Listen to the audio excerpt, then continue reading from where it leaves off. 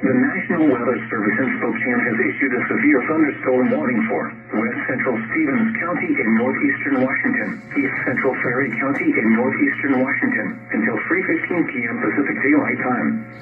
At 2:43 p.m. Pacific Daylight Time, a severe thunderstorm was located 21 miles west of Tooele, or 49 miles northwest of Spokane, moving northeast at 25 miles per hour. Hazard, half dollar-size hail. Source, radar indicated. Impact, damage to vehicles is expected. Locations impacted include Sedonia, Gifford, Insulim, Addy, and Rice.